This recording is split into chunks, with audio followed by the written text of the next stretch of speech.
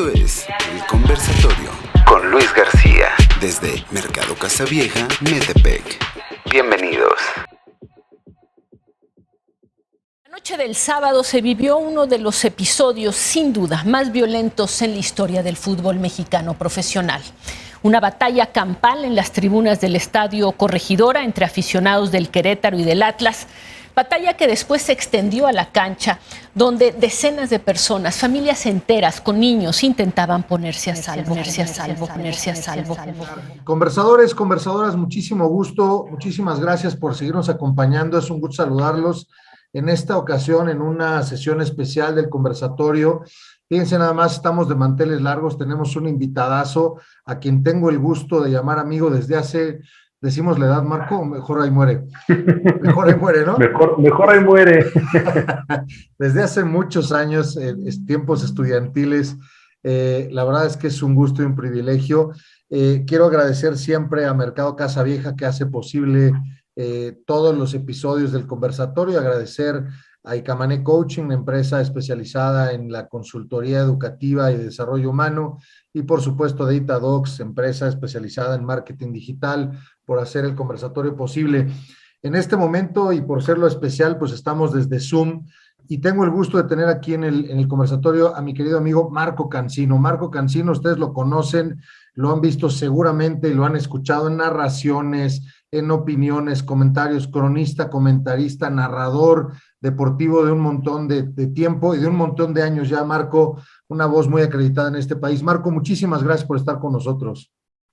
No, hombre, al contrario, a ti, Luis, por la invitación, y me parece que el tema es muy interesante y hay que abordarlo desde diferentes perspectivas, ¿no?, de lo que está pasando, y yo, al contrario, agradecido contigo por la invitación, por estar aquí en el conversatorio. Muchas gracias, Marco. Pues vamos a arrancar. Efectivamente, el tema es lo que sucede esta tarde de 5 de marzo en Querétaro. Me parece, lo hablábamos un poquito antes de conectarnos y vamos ya a hacer la grabación, que es un tema que se debe de hablar, es un tema que tendría que seguir en boca de todos, más allá de te guste o no te guste el fútbol, más allá de vayas o no vayas al estadio. Me parece que es un tema que habla de una situación y un reflejo de una sociedad en la que hoy por hoy sucede en un estadio de fútbol, pero podría suceder en un bar, puede suceder en un centro comercial, puede suceder afuera de una escuela, etcétera, etcétera. Marco, estamos en el minuto 63, partido Querétaro-Atlas, en donde en teoría hay una enemistad desde hace 15 años, porque hace 15 años, y muchos de estos vándalos ni habían nacido, o estaban naciendo, tenían 5 años de edad. En un partido, el Atlas le gana al Querétaro, que no me acuerdo si eran gallos en ese entonces, y desciende. Y de ahí ya ven una enemistad brutal, en donde los partidos son de alto octanaje. Y octanaje en términos de riesgo, ¿no? Por las barras, por la población que va al estadio. Y entonces nos encontramos con una situación, pues, podría decir digna de Buñuel, de un libreto de una película de Buñuel, una situación dantesca, decía por allá mi homónimo Luis García, y vimos un montón de cosas, gracias a las redes sociales, a la televisión, pudimos ver muchas cosas. Marco, ¿qué sucedió ese día para los que todavía no están tan enterados? ¿Cuál es, desde tu perspectiva, tienes muchos años en esto, has ido a N cantidad de estadios, has presenciado y has dialogado con N cantidad de aficionados, vamos, con todos esos actores dentro de la estructura del fútbol mexicano, estás más familiarizado que muchos. ¿Qué sucedió ese sábado 5 de marzo, Marco? Me parece que sucedió, Luis, entre otras cosas, que a alguien se le olvidó que este encuentro es de alto riesgo, que este encuentro es de hace muchos años de alto riesgo. Y justo ese partido que refieres, Luis, el del descenso del equipo del Querétaro, la antigua franquicia, porque hay que recordar que esta franquicia no es la que descendió. Ya sabes que en el fútbol mexicano las mutaciones de franquicias son también como pan de cada día. Justo en ese partido, del que hace referencia, la victoria del conjunto del Atlas con goles de un uruguayo, Olivera, yo estaba haciendo la cancha. Ese día me tocó hacer la cancha, la transmisión para Televisa Deportes. Yo era reportero de cancha en ese entonces, Y desde ahí, por supuesto, Chava Reyes era el técnico del conjunto del Querétaro.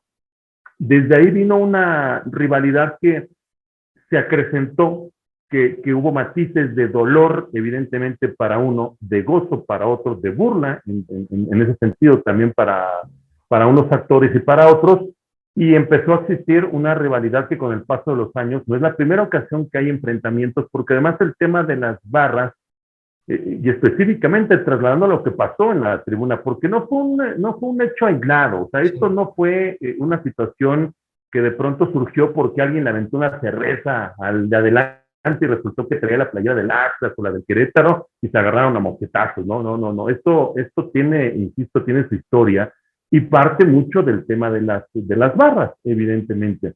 Hay diversas teorías, y seguiremos conociendo seguramente con el paso de los días y quizás hasta de los meses o de los años, Luis. Las teorías y la realidad quizás nunca las sabremos a ciencia cierta, porque hay desde las voces que hablan sobre una emboscada, sobre algo creado para llegar a este efecto.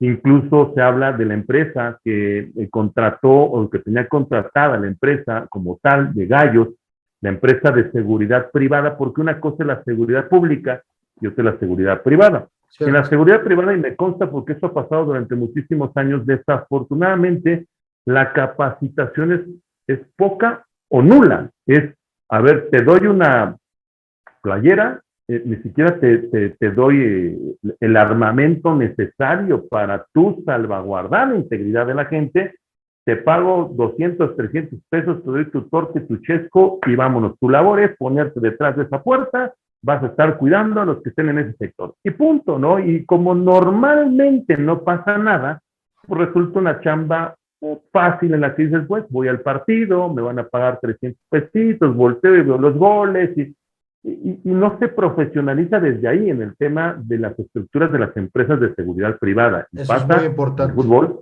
pasa en cualquier evento masivo, sí, y lo hemos visto tú, yo, y seguramente quien nos está siguiendo y viendo en algún concierto, en alguna, no sé, en la feria, en una obra de teatro, qué sé yo, pasa mucho con el tema de la seguridad privada, que no es la seguridad más capacitada, no todas las empresas, pero sí en su mayoría, pero como económicamente lleva un costo más bajo, pues todos nos vamos por lo más barato, ¿no? Muchas veces.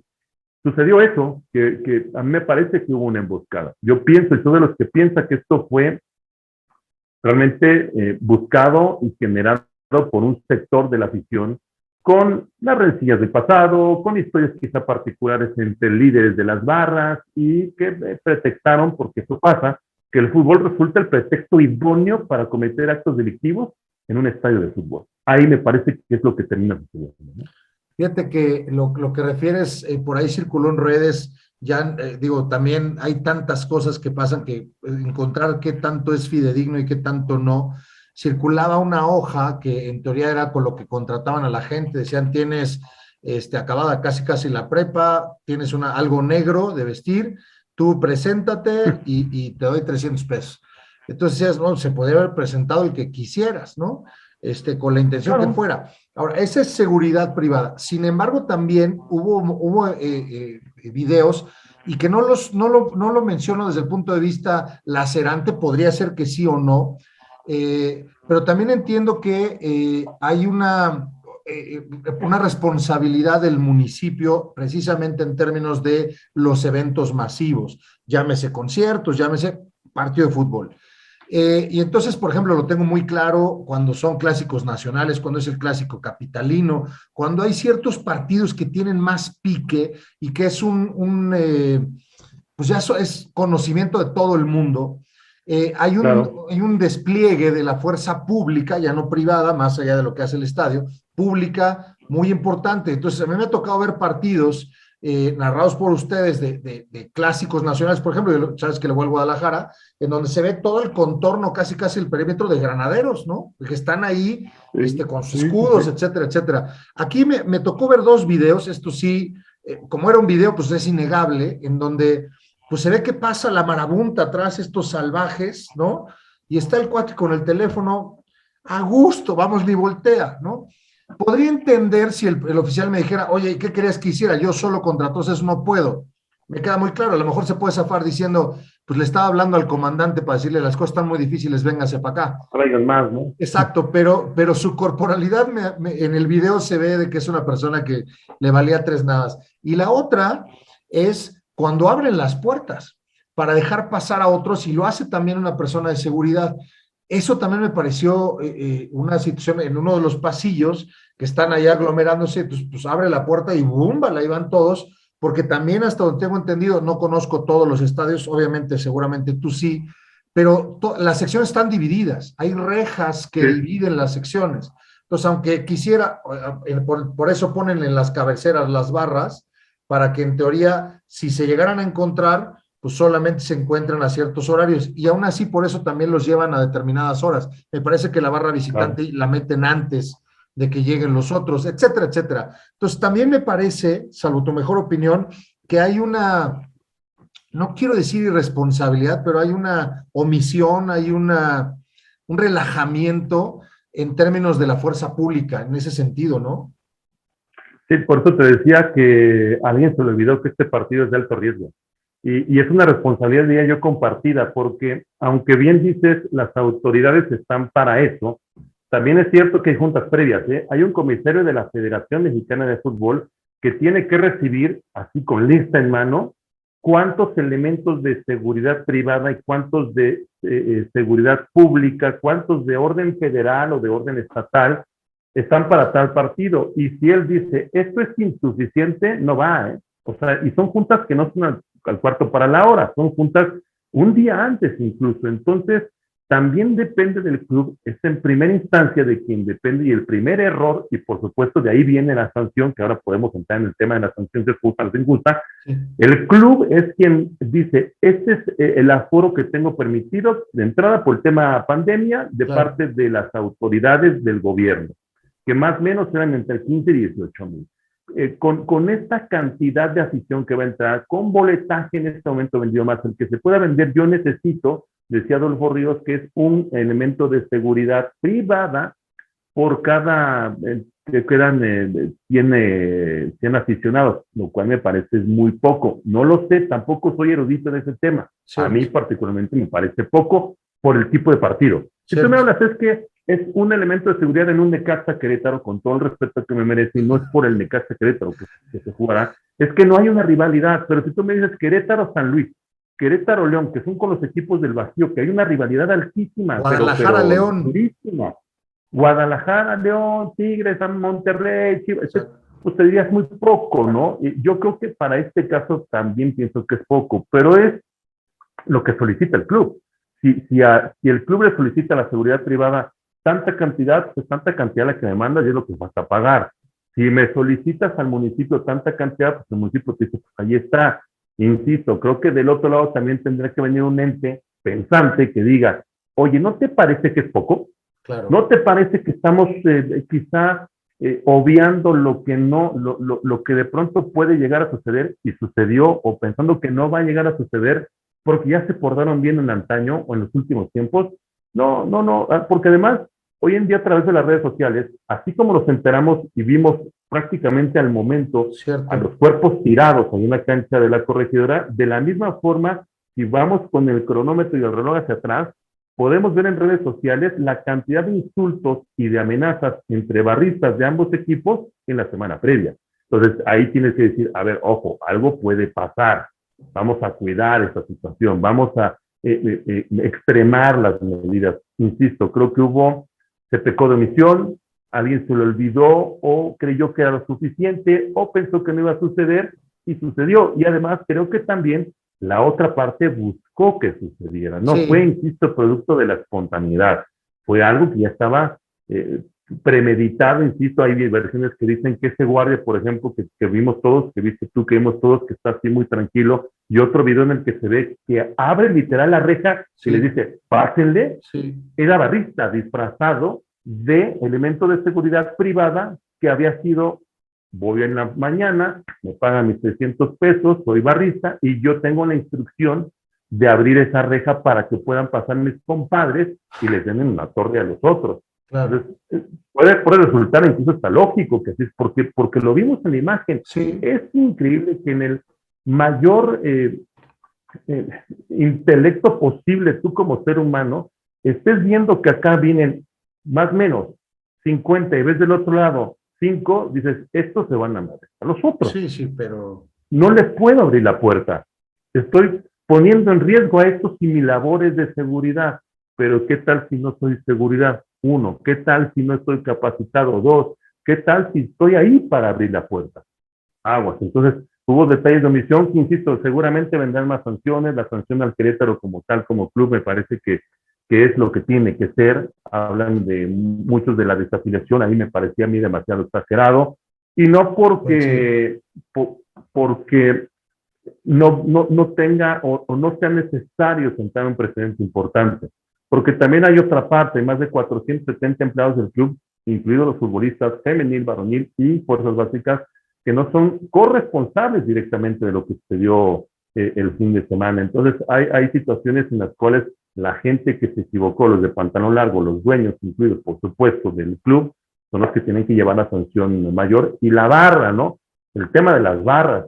¿Qué pavor le tenemos a las barras en nuestro país? Esas le barras tenemos un pavor. Sí, esas barras que yo recuerdo de niño, no existían esas barras, si mi memoria no me falla, están correlacionadas a un periodo de Andrés Fassi en el Pachuca, y ellos creo que son los primeros que traen una barra al país, Sí. y de ahí empieza a pulular. Estas barras, como referencia para las conversadoras, conversadores, pues son estos grandes grupos de animación, si lo podemos llamar así, son más como grupos de choque y de animación constante. Que hago un paréntesis, mi abuelo una ocasión, la última vez que fuimos al fútbol con mi abuelo, mi papá, mi abuelo y yo, fuimos a la Azulgrana a ver un Atlante América, y estaba la Monumental del América, y entonces estaban así, ¿no? Todo el partido brinque, y de repente mi abuelo, como al minuto 70, me dice, bueno, ¿estos a qué vienen, no? Ni están viendo el juego, nada más están... Y entonces ahí es donde hay pues un entramadito entre las barras y los clubs, porque muchos de ellos, a ti te ha tocado verlo cuando estuviste a nivel de cancha, que están literalmente todo el partido de espaldas al campo, o sea, ni siquiera están viendo el juego. Sí. Algunos que nos gusta el fútbol y que vamos al estadio, pues nos gusta ir desde ver el parado del equipo, o sea, a lo mejor no sabemos mucho, pero le hacemos como que sabemos y nos tratamos de meter, y estás metido en el juego, ¿no? Pero otros están animando, esa es su chamba, animar.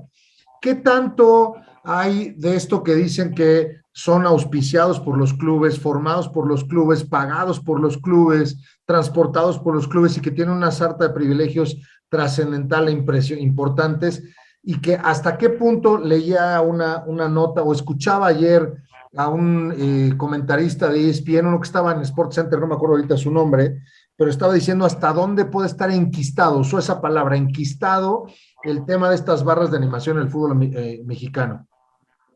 Generalizar nunca será lo correcto, me parece, en todo sentido, ¿no? Así como no todas las barras son estos grupos de choque que bien comentas, tampoco podemos hacernos de la vista gorda de que esto es solamente un grupo de animación. De pronto legitimamos el tema o el término grupo de animación o transformamos a la barra en grupo de animación, ¿no? Es que es una o es otra. A mí me parece que no cabe una en la otra, y por eso las medidas de la federación a mí me parecen menores, ridículas incluso, con mucho miedo. Por eso decía, tenemos mucho miedo de eliminar a las barras. No pretendamos transformar a las barras, porque son barras, o sea, aunque en el reglamento de competencia, porque está así, no existe el término, en la práctica tú y yo lo vemos, eso es una barra, es un grupo de choque, son grupos o elementos pretextando o utilizando el equipo de fútbol, una playera, para cometer actos vandálicos, para convertirse en líderes en muchos sentidos dentro de un sector de la sociedad vulnerable, para obviamente delinquir, para el tema de narcotráfico, narcomenudeo, etcétera, etcétera. Existe, o sea, eso sí, por supuesto que existe, y de hace muchísimos años. Por eso lo que pasó el fin de semana a mí no me sorprendió. Ya es una bola de nieve que va sucediendo en el fútbol mexicano. Sí creo que, acorde a lo que decías, las barras en este momento en nuestro país, hay buenas, y te puedo mencionar una, por ejemplo, que hace 10 años, Libres y Locos, Sí, la de Tigres, sí. entendió desde hace mucho ese problema que estaba generando y lo que iba a causar. Ahí buscaron credencializar. Lo que ya está haciendo hoy la liga, que tanto se ha tardado en hacer, ellos ya lo tienen. Ya están credencializados, ya saben dónde viven, ya saben y sí hay barras que están auspiciadas, y sí hay barras que históricamente han estado, aunque los equipos lo nieguen, y aunque digan, no, no es cierto, no les damos, claro que se les ha dado históricamente a muchos barristas, a muchos líderes de estas barras, para, dependiendo del tamaño del equipo, para tener mi tribuna poblada, para asegurar una entrada, un ingreso con un costo de boleto en el cual yo gane como club y tú ganes como pseudo aficionado o barrista, o como le quieras poner, con un precio menor, y si les pasaban boletos o les han pasado boletos a más bajo costo. Los propios barristas, muchos líderes de algunas barras han hecho negocio con eso, reciben 1,000, 2,000, 3,000, o sea, la cantidad de boletos que sea, a un precio preferencial y los revenden dentro de su sector a otro precio, y ahí es un modo de vida, viven de eso muchos barristas, claro que viven de eso. Hay otros que, y lo he visto, lo he vivido en primera persona, sobre todo cuando estuve mucho tiempo en Guadalajara, con algunos líderes de ciertas barras de los equipos de por allá que se dedican a otra cosa menos talentar, por decirlo menos, y que las autoridades saben perfectamente, los conocen, los ubican, saben dónde viven, saben qué hacen, saben contra quién fueron, y muchas veces también se hacen de la vista gorda porque nuestro país desafortunadamente no pasa por un tema exclusivo del fútbol, pasa por un tema de sociedad, de corrupción, de valores que se han perdido, si nos vamos con el tema de los valores. Entonces, sí hay una situación ahí que evidentemente hoy se refleja en el fútbol, en las barras, pero que es un reflejo de nuestra sociedad. O sea, el ver hoy en día a unos tipos golpeando hasta el hartazgo, o menos, a una persona barrista o no barrista, bueno o malito, hombre o mujer, infante o no infante, como sea, pero hasta el grado de dejarlo inconsciente y todavía seguir. Se habla tristemente, Luis, amigos, de lo degradado que está nuestra sociedad, ¿no? O sea, en esta pandemia no aprendimos nada. Yo pensé que teníamos ganas de salir, ¿no? De salir y de volver a los estadios. Yo, particularmente nosotros en nuestro ámbito, en TUDN, tenemos muy pocas oportunidades de ir a narrar a los estadios nuevamente como hace 2 años o más. Lo hacíamos constantemente. Yo iba a 3, 4 estadios por fin de semana o por semana. Hoy te los cuento con los dedos de esta mano y me sobran dedos en los últimos 2 años cuántas veces he ido a un estadio a transmitir. Y es de verdad las ganas de querer ir. Entonces yo lo quiero trasladar con el aficionado, con los que vivimos en la tribuna, las ganas de querer estar, y desafortunadamente hoy vivir con miedo de poder estar en el estadio de fútbol. Totalmente. Porque eso es lo que pasa. Entonces eso es lo que me parece muy preocupante, de lo que nos deja también la reflexión de lo que vimos el fin de semana, ¿no? ¿Tú llevarías a tus hijos a un estadio de fútbol? No. Yo llevaría, a mí particularmente, que me dedico a esto desde hace muchos años, que amo lo que hago, a mí sí me la pienso. Sí me la pienso y digo, este partido, no. O bajo qué circunstancias tendría que llevarse un palco, una situación. Pues no todas las familias tienen la posibilidad de hacerlo. Entonces, por supuesto, ni nosotros todos los cada 8 días. La experiencia de ir a un partido de fútbol en la Liga MX se ha devaluado mucho. Sí, y creo que también me da una sensación, ahorita tú rápido mencionabas llevar a nuestra familia, pues yo me acuerdo, y esto ya tiene muchos años, ¿no? Hablo específicamente 15 años de esto, 16 años más o menos, llevé a mi hijo, no, a lo mejor menos, estoy exagerando, pero bueno, llevé a mi hijo a su primer partido de fútbol a la Bombonera, antes de que se remozara y demás, hace muchos años. Y elegí un partido y fue Toluca-Veracruz. Lo llevé al Toluca-Veracruz porque dije, es un partido de bajo riesgo. O sea, ya desde ese entonces yo ya tenía esa idea de que fuera de bajo riesgo, y lo llevé en ese entonces todavía estaba la Perra Brava, lo llevé a Sol y dije, bueno, si se aburre por lo menos se entretiene con la porra, ¿no? Y al otro día estaba en la mañana haciéndose así, distante, dije, bueno, por lo menos se entretuvo. Pero la realidad es que hoy esto estoy 10,000 de acuerdo contigo, más que un fenómeno del fútbol, es un fenómeno social que parte de una polarización tremenda como sociedad en términos de pensamiento financiero, de pensamiento religioso, de pensamiento político, de pensamiento de afición, de color de piel, de qué coche tienes. Y entonces ya pareciera que el país está dividido entre los buenos y los malos, y entonces nos volvemos justicieros y sacamos toda esa carga de estrés brutal de una forma tremenda. A mí, yo lo he platicado desde que sucedió el sábado, digo, ¿qué tendrías que tener o no tener en la cabeza para justo hacer lo que tú estás mencionando, lo que tú dijiste? Golpear a alguien que está en un estado de inconsciencia y seguirlo golpeando. Ni siquiera hay un punto de, bueno, ¿qué me puede pasar a mí? Ya, yo lo que le olvida que le dice al otro, ¿qué me puede pasar a mí? ¿No? Y ahí, dentro de todo esto negro, dentro de las sanciones que a mí también me parece se quedaron cortas, por ahí me enteraba de que en alguna ocasión en Turquía, que también pues, es gente por su cultura un poco más intensa y demás, precisamente el Fenerbahce o Fenerbahce, no sé cómo se pronuncie, optó en un tema de violencia fuerte por llevar, no sé si fue un partido o lo hizo más o 2 veces, en el que solamente entraban mujeres y niños al estadio, ningún varón entró al estadio, y hay tomas en donde se ve una algarabía brutal y demás, también dando un mensaje ahí de autoridad para este tipo de personajes. Me parece que estamos en un tema en donde por eso las sanciones y las reacciones son importantes, para dejar mensajes a la sociedad en términos de esto. Y pasaron dos cosas. Dentro del, para mí, la tibieza de la federación, coincido, para mí la respuesta no hubiera sido desafiliar al Querétaro, por el tema de los empleados y por el tema de la ciudad per se. O sea, olvídate de los barristas y demás. Oye, ¿la ciudad qué culpa tiene? Seguramente hay muchos negocios que viven del fútbol alrededor de o dentro de Querétaro, y pues les ibas a partir la boca, ¿no? ¿Y ellos qué culpa? Sin embargo, pues se dan esas circunstancias. John de Luisa sigue diciendo que de todas maneras el club se tiene que vender con posibilidades de irse. Me da la sensación de que hay ciertos elementos ahí medios turbiones en donde pues había, tú no estás de mi lado, yo no el otro, y entonces se dieron aquí como que los pretextos perfectos para acomodarse. Sin embargo, Marco, pasó algo.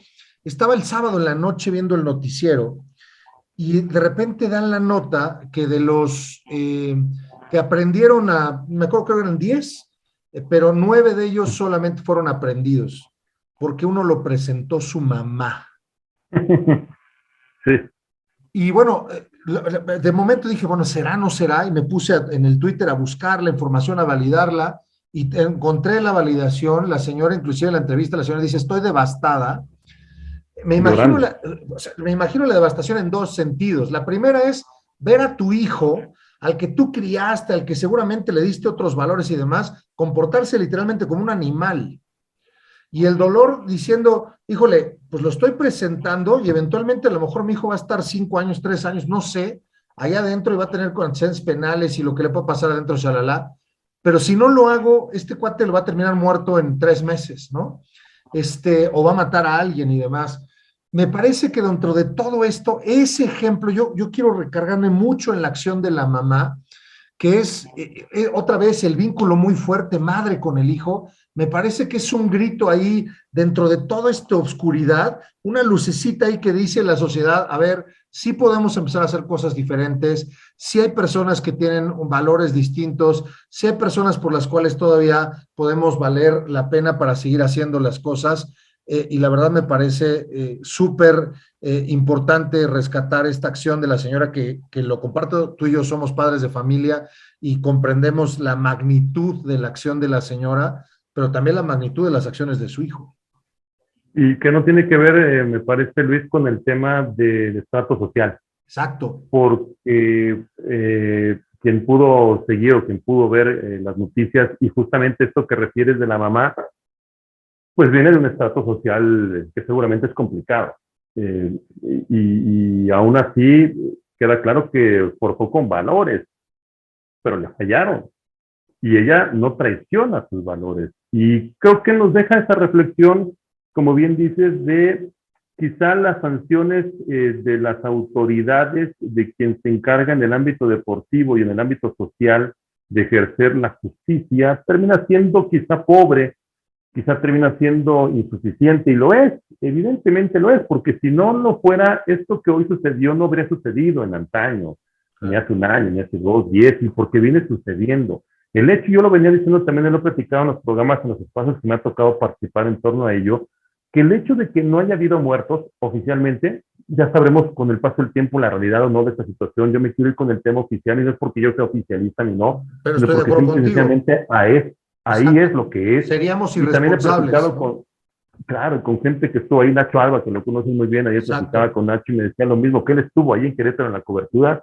Se Marco, es que pues hubiera habido muertos como tal, incluso la mamá de uno de los que tenía el tatuaje del Atlas aquí en el pecho, que lo habían dado por muerto, la mamá rogaba y decía, es que no está muerto, mi hijo, avisen que no está muerto. Entonces, con el tiempo, insisto, sabremos la realidad o no. No quiero ser iluso ni pretendo convencer a nadie, porque hay quienes dicen, sí, hubo muertos, sí, no es que quiera verlo a los muertos, claro, es que quiero ver las historias de la gente que entonces en realidad falleció, y tendremos que tomar medidas diferentes. Pero el hecho de que oficialmente no haya habido muertos no significa que no sucedió algo grave. Claro. Claro que sucedió algo grave. No tenemos que llegar a esas instancias. Y nos deja esa reflexión de, aunque las medidas sí han sido menores, ínfimas, ridículas para algunos, aunque las medidas de las autoridades, la tardanza para presentar, porque lo que vimos, yo estaba en casa viendo con la familia el partido, bueno, yo lo estaba viendo, tanto se escuchaban cuando me llamó la atención, porque, y de pronto era cuánta gente, y darte cuenta que 26 órdenes de aprehensión, en serio, neta, nada más, no sé, me parecen muy pocas para la cantidad y para la barbarie que vimos, para el terror que fue la corregidora en el sábado. Entonces, pero bueno, independientemente de todo esto, entonces a nosotros nos toca la otra parte, la de mostrarle la realidad de la vida a los que nos comparten nuestro día a día, nuestra familia, en este caso nuestros hijos, tratar de responsabilizarnos también nosotros como profesionales, o al menos yo desde mi ámbito, que es un ámbito deportivo que tiene una repercusión importante, de tratar de ser lo más congruente, de ser un ente que lleve algo más allá de una polémica por simple polémica, de un absurdo por un simple absurdo, y de entender que está en nosotros, no voy a cambiar el mundo, es una frase muy trillada, pero sí puedo cambiar mi entorno, sí puedo cambiar mi chamba, mi parte personal, mi parte profesional, y que esto que hoy pasa, que no quede en una situación de moda, y yo también eso lo criticaba en los últimos días. Qué bueno que Chivas volvió, porque volvió, a vetar a su barra, ya había pasado. Sí. Y después de un rato las cosas y las aguas se calmaron, y como quizá no hubo muertos, o como quizá no hubo algo mayúsculo de cual preocuparnos, con el paso del tiempo vino el hijo arrepentido y bueno, pues ya regresen, ¿no? Que vuelvan las barras a la tribuna. No, esto es, quieres, no es transformar, insisto, las barras en grupos de animación. ¿Quieres tú? A ver, checamos, perdón, antecedentes penales, claro. Checamos muchas cosas para poder entonces entender que tú quieres estar en la tribuna y que entonces tienes derecho a estar en la tribuna. Yo me reservo el derecho de admisión a mi evento deportivo. Claro. Tú no puedes, en este sentido, el barrista o el barrista como tal, no puedes adueñarte del espectáculo, no puedes adueñarte del fútbol, no tienes por qué hacerlo y no tengo yo por qué consecuentarlo. Por eso no me gusta la medida de la federación de, bueno, vamos a esperar y pretender que darles con una credencial ya se van a portar bien. No se van a portar bien así posible. Sí, y además me parece, por ahí también me quedó, o sea, entiendo que pues las autoridades siempre, a mí me ha tocado o me tocó ser la parte profesional responsable, la autoridad máxima en alguna institución, y entiendo que el primer y último responsable es el de arriba, eso lo entiendo perfecto. Sin embargo, también me parece que pues ciertos personajes a lo mejor no tienen ni siquiera algo directo. Yo tengo una sensación desagradable con el tema de Adolfo Ríos, y no por el video de que se brincó del palco y se bajó y todo, pues él era el presidente o el director deportivo y su tema era otro. me da la sensación, por ejemplo, tú mencionaste ahorita un personaje importante, que hay un comisario de la Federación Mexicana de Fútbol que va a esa junta y ese comisario es el que ya trae toda la información y si ese comisario dice no va, es no va. Y hoy es fecha, por lo menos yo, a lo mejor estoy muy limitado, pero yo no he escuchado el nombre del comisario en los medios, no he escuchado si le pasó algo al comisario. Y entonces, fíjate, Nada, Adolfo. no le ha pasado nada, Luis. Bueno, Adolfo No le ha Ríos. pasado nada. Adolfo Ríos está Yo sé quién es el comisario y digo, sobra decirlo porque me parece que es una parte de un ente responsable. Y dices, bien, si Adolfo Ríos lo suspenden 5 años, y no es por defender a Adolfo, también tiene una parte de responsabilidad, pero en la congruencia de la situación es cómo suspende 5 años una persona, no porque se haya brincado, sí, pero 5 años de su actividad y a la barra, al barrista, al que vimos, sí, 1 año sí, no. de no entrar a los estadios Es, y 3 en los estadios rivales. Yo hasta donde mis matemáticas me dan, 5 es más que 1 y 3, ¿no?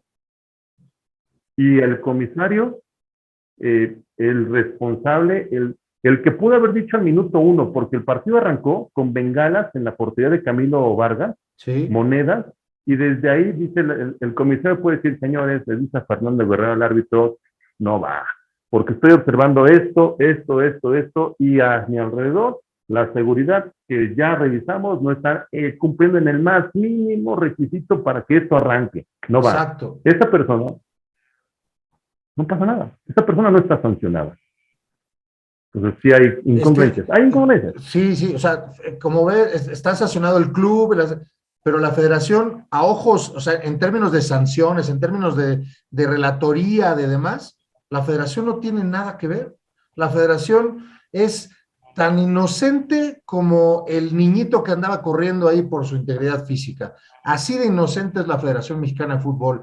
Y me parece que hay omisiones ahí muy fuertes en donde me da la sensación de que siempre se queda ponderándose lo económico por encima de lo demás hasta que no pase algo desagradable. Cada vez va en escalada. Yo te agradezco infinitamente, mi querido Marco, por este tiempo, por esta sesión especial, para este episodio especial del conversatorio. Me parece que es una conversación que tenía que tener y que hay que seguirla teniendo.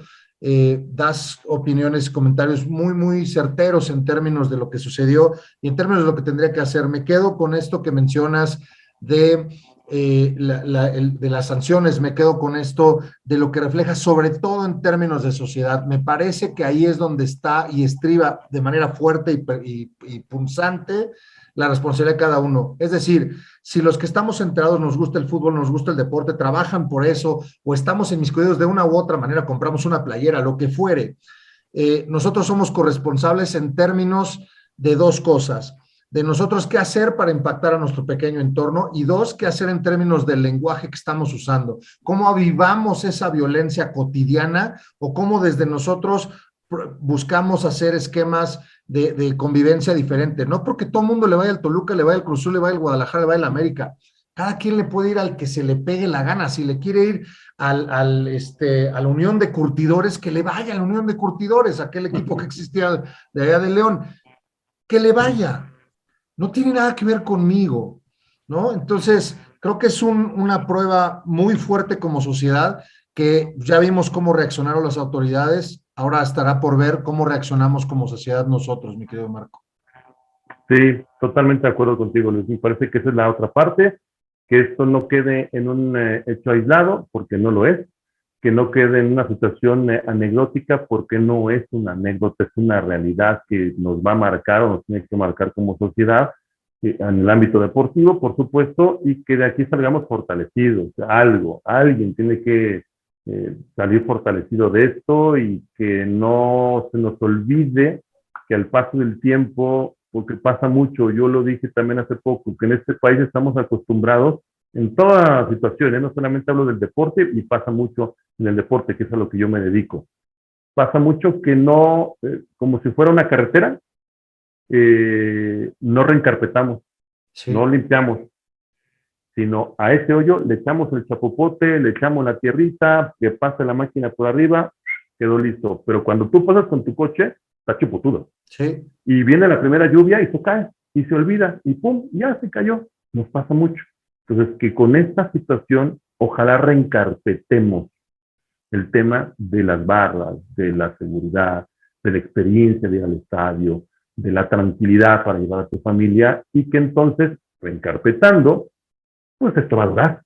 Esto tiene que durar muchos años, porque si no, en la primera lluvia, se nos va a olvidar y va a quedar de lado. Entonces, ojalá que nos quede algo, Luis.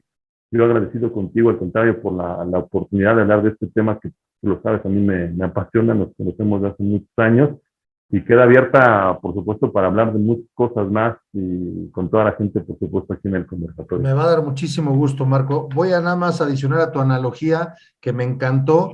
Ojalá el reencarpetamiento y ya nos vayamos por un concreto hidráulico, mano, y de una vez ya le ponemos concreto y ya ese dura muchos más años y los gastos de mantenimiento son menores. Marco, es un privilegio en verdad para la gente del conversatorio tenerte por acá. Te mandamos un saludo, te seguimos. Eres un profesional en toda la extensión de la palabra. De verdad, muchísimas gracias por tu amistad y por este espacio que nos hace en tu agenda. Te abrazo, hermano. No, al contrario, mi querido Luis, un fuerte abrazo. Ahí sigo pendiente, por supuesto, de los episodios del conversatorio, que siempre hay temas muy interesantes que nos sirven a todos, me parece, como sociedad, y con lo que se pueda aportar desde mi trinchera en el deporte, en los medios, ahí estaremos. Un fuerte abrazo, Luis. Marco, un abrazo. Hasta la próxima, conversadores.